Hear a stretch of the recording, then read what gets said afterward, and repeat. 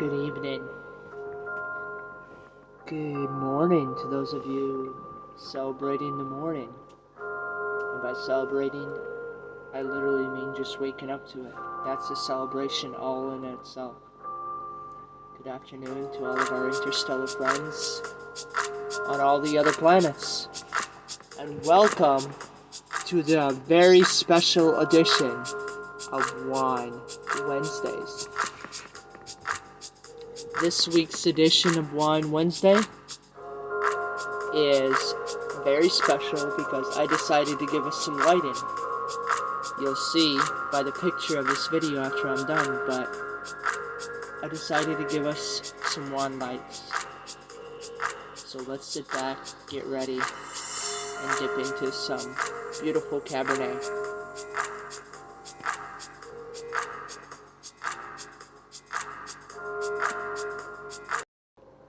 This week's edition of Wine Wednesday is brought to you by Downsized Minimalists, Instagram and YouTube.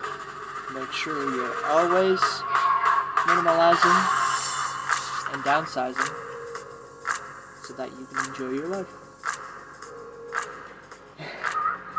Alright guys, but in all seriousness, this week's edition, the wine that we have is called 1924. It is a 1924 limited edition by Gnarlyhead, and it is a double black 2018 Cabernet Sauvignon.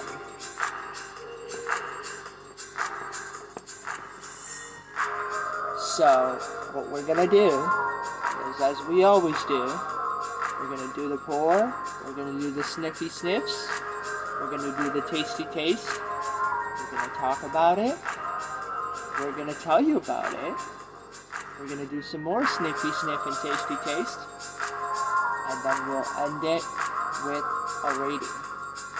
Stay tuned.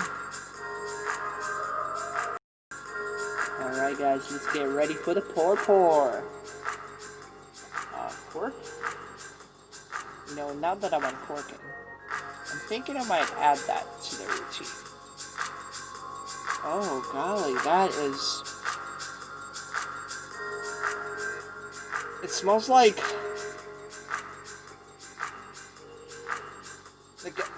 almost like dark licorice, but wait, I know, I'm not a big fan of dark licorice either, but it's a dark licorice mixed with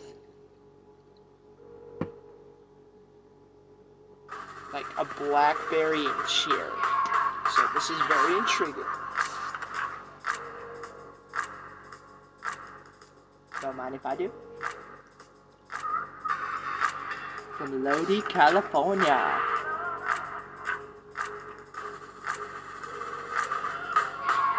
$19.24. Alright guys, let's dip into it and see what it's all about, shall we?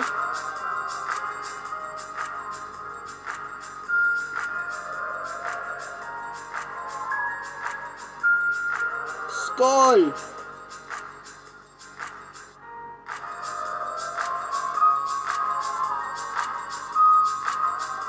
Oh, that is some bold flavors, guys. Alright, I need to process what I just tasted. I'm gonna do one more taste, and we're gonna read about it, see what it's all about, and then see if we can pick out, yeah.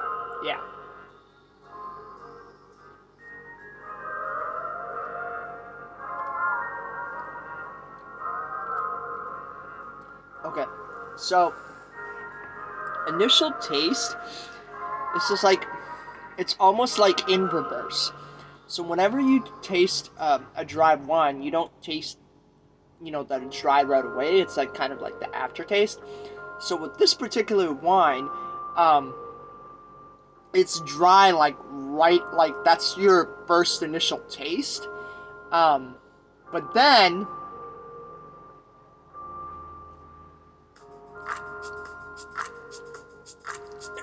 there's like this very bitter taste, And it's not even the aftertaste, it's more like the middle taste, because it doesn't end that way.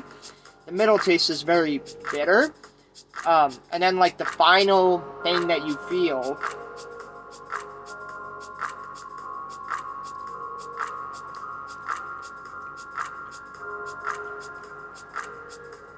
is like this. How do I describe it?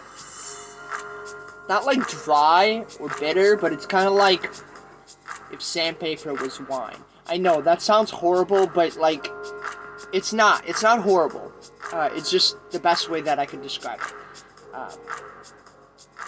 Yeah. Maybe we can get something from the description. See what it says. 1924 Cabernet Sauvignon. Speakeasy dark. Full-bodied and rich. Okay. With bold flavors of French vanilla and espresso. Okay. So, French vanilla and espresso.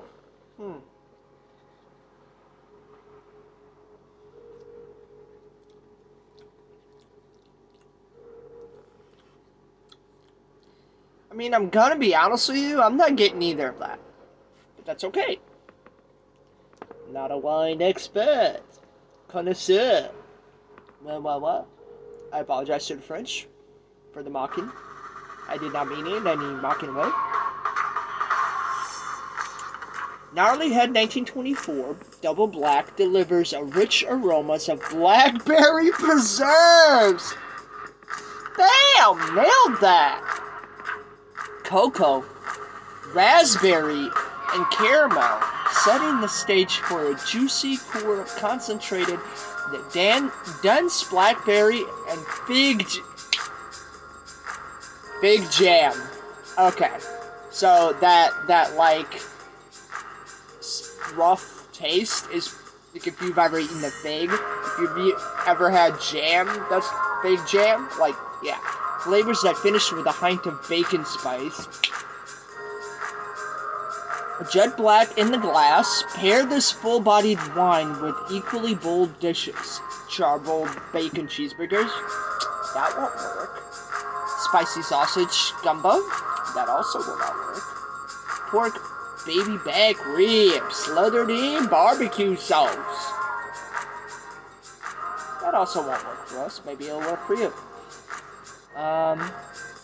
It's crafted using grapes from select vineyards throughout the Lodi region, an area long known amongst the California winemakers as the Zin famous appellation.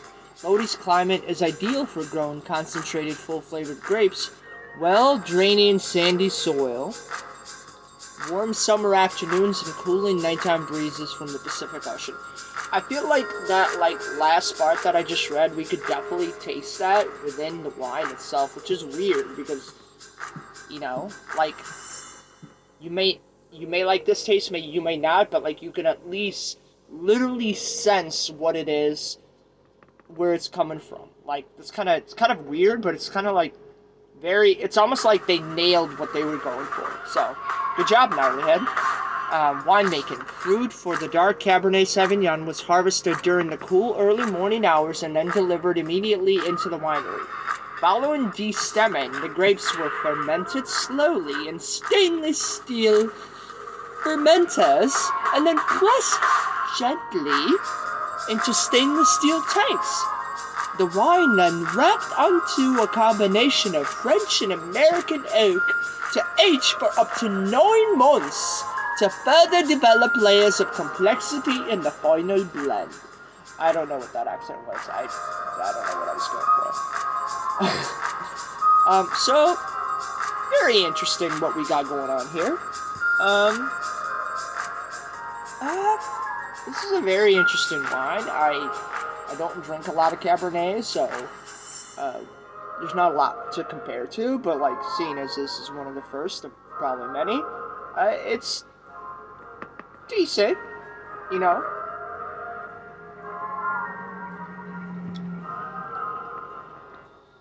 Again, not wine experts, nor do we claim to be, but we do love wine.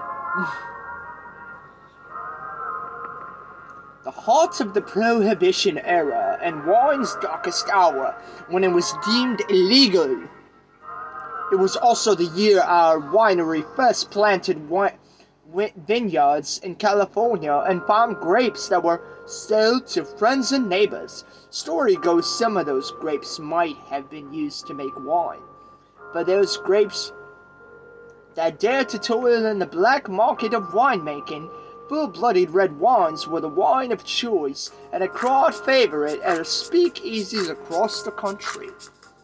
Crafted from the finest fruit growth in select Lodi vineyards, our 1924 Cabernet Sauvignon delivers dark, rich flavors of blackberries and currants with a hint of vanilla spice.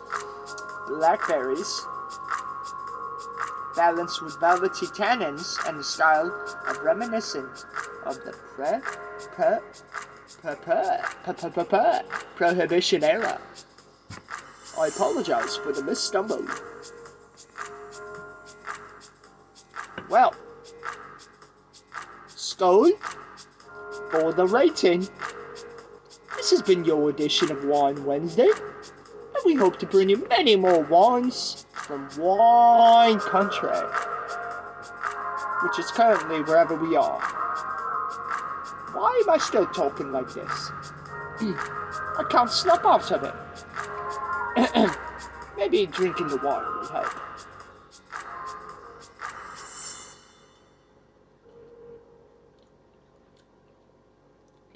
Yep, there it is. Easy does it. Alright, guys. I hope you've enjoyed it. I hope I haven't bored you to death. And let's take that sip with a rating.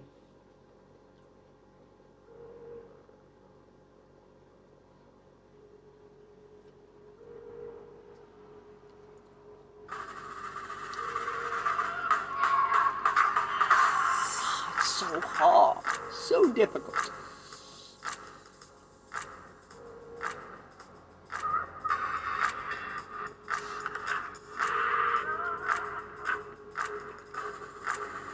Okay. I have given you quite a lot of different values that are not whole numbers, but are much to the decimal degrees. And I think I wouldn't do justice if I didn't do just that. And out of a possible 10 points, on a scale of yay to nay, 10 to 1, 1 to 10, we rate this wine,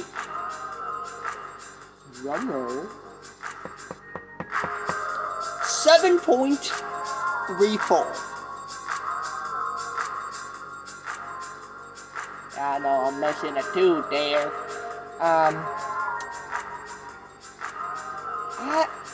It's just one of those wines that I would have to say is definitely an acquired taste. It's not bad, but definitely an acquired taste. Skål, family. Skål, Snowy. All the best.